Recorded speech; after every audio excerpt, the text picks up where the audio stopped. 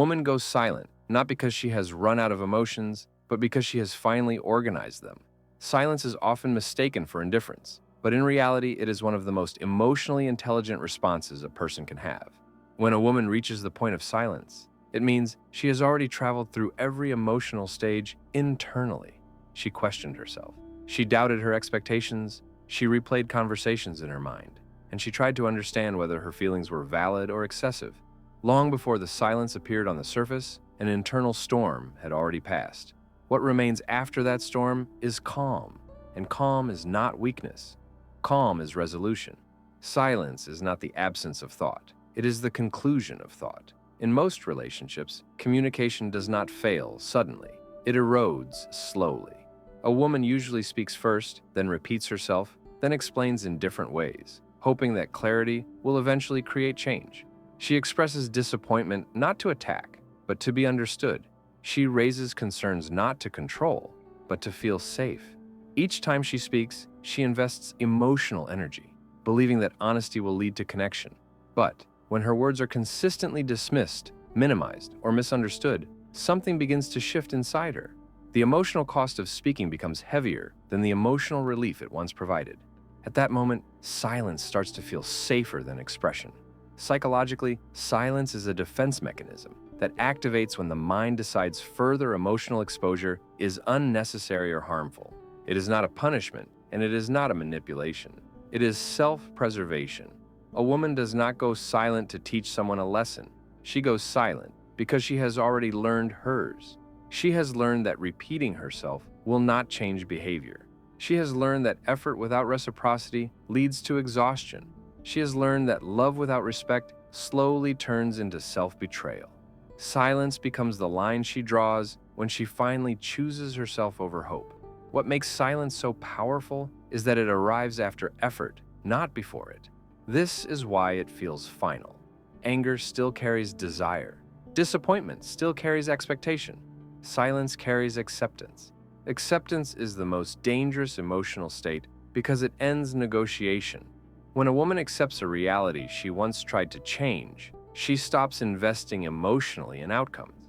She no longer needs reassurance, explanations, or promises. Her mind has already adjusted to life without emotional dependency on that connection. From the outside, this shift looks sudden. From the inside, it is the result of months or even years of internal dialogue. Silence also represents a transfer of power. In emotional dynamics, the person who is still explaining is still seeking validation. The person who no longer feels the need to explain has already validated themselves. When a woman goes silent, she is no longer waiting to be chosen, prioritized, or understood. She has chosen herself. This is why silence often triggers anxiety in the other person. It removes predictability. It removes access. It removes the illusion of control. Words can be argued with, emotions can be negotiated, but silence offers no entry point. Many people misinterpret a woman's silence as calmness, returning to the relationship. They believe the absence of conflict means resolution. In reality, silence often means the conflict has moved inward and reached its conclusion. Emotional withdrawal happens quietly. By the time silence becomes visible, attachment has already weakened. The woman has already imagined her life differently. She has already grieved the version of the relationship she hoped for. What remains is emotional neutrality, and neutrality is irreversible once it stabilizes. Silence hurts more than anger because anger still acknowledges connection. Silence removes it. When someone is angry, they still want to be heard. When someone is silent, they no longer require recognition. This is why silence feels cold. It is not driven by emotion. It is driven by clarity. The emotional bond has been replaced by self-respect, and self-respect does not argue. It does not beg. It does not chase closure. It simply withdraws. There is also a biological aspect to this shift. When emotional stress becomes chronic, the nervous system seeks stability. Constant emotional discussions, unresolved tension, and unmet needs create psychological fatigue. Silence allows the nervous system to regulate. It lowers emotional arousal and restores internal balance. This is why a woman who has gone silent often appears calmer, more focused, and emotionally distant at the same time. She is no longer emotionally dysregulated. She has recalibrated. Silence is also the moment when future planning changes. A woman who is still emotionally invested thinks in terms of we.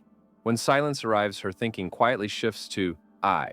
Goals, priorities, and decisions begin to center around personal stability rather than relational hope. This internal shift is subtle but profound. It signals that the relationship is no longer part of her long-term emotional identity. Once identity detaches, reattachment becomes unlikely. Another misunderstood aspect of silence is the assumption that it is temporary. People believe that with enough effort, silence can be reversed. What they fail to understand is that silence is not a pause. It is a conclusion. The emotional processing has already finished. There is nothing left to resolve. The silence is not waiting for action. It is moving forward without it.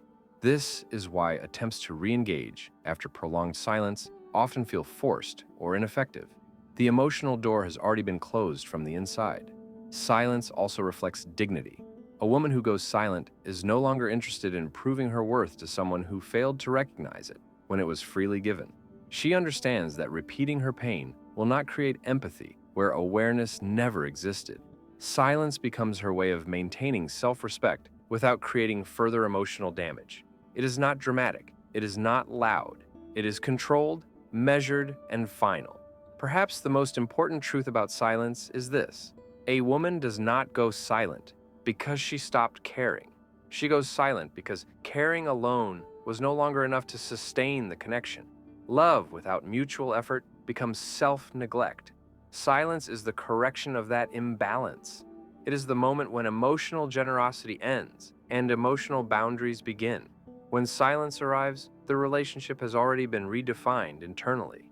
The bond no longer operates on emotional expectation, but on emotional distance. The woman has already accepted the reality of who the other person is, not who she hoped they would become. Acceptance removes fantasy, and without fantasy, attachment dissolves naturally. This is why silence feels so permanent. It is built on truth, not emotion. Silence is not meant to be understood immediately. It is meant to be respected. It is the final form of communication when all other forms have failed. And once it appears, it signals that the decision has already been made. As silence settles in, something subtle but irreversible happens within a woman's perception of value. She begins to see situations as they truly are, not as she once hoped they could be. Hope slowly dissolves, and in its place comes realism. This realism is not pessimistic, it is liberating. It frees her from emotional bargaining and mental exhaustion. She no longer feels the urge to reinterpret behavior in a more favorable light. Excuses lose their power, patterns become clear, and once patterns are recognized, the emotional bond that depended on illusion begins to weaken. Silence at this stage is clarity without emotional noise. This clarity allows her to reclaim energy that was once spent trying to fix, explain, or rescue the connection. Emotional energy is finite, and when it has been drained without return, the mind naturally redirects it inward. She starts focusing on her own growth, stability, and peace. This internal shift often goes unnoticed by others because it happens quietly. There are no dramatic announcements or confrontations. From the outside, it may appear as emotional distance. From the inside, it feels like relief. Relief from constant emotional labor. Relief from unmet expectations. Relief from carrying responsibility for a connection that required two people but was sustained by one. Silence also sharpens emotional boundaries. A woman who has gone silent no longer feels compelled to respond immediately, explain herself, or justify her choices. Her reactions become measured, intentional, and minimal. This is not emotional coldness. It is emotional discipline.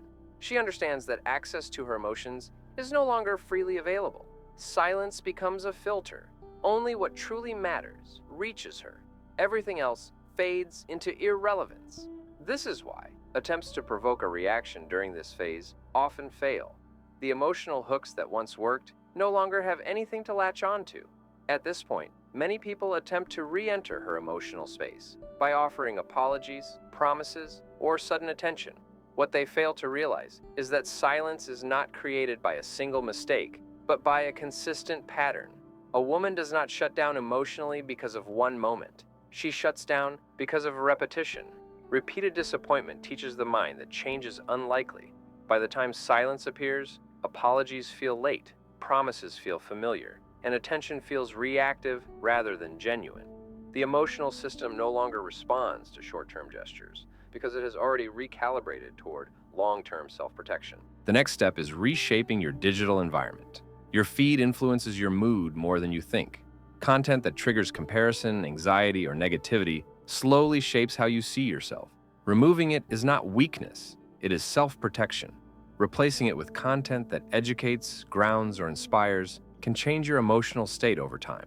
Boundaries are essential. Deciding when social media belongs in your day and when it does not.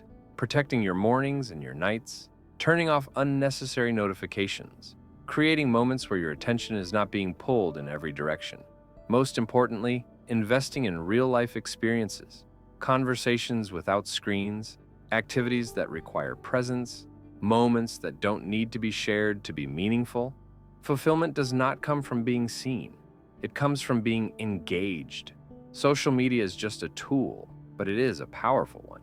It shapes the mind of the person using it. When you understand the psychology behind it, you regain control. You stop reacting automatically. You choose intentionally. You reclaim your attention, your confidence, and your time.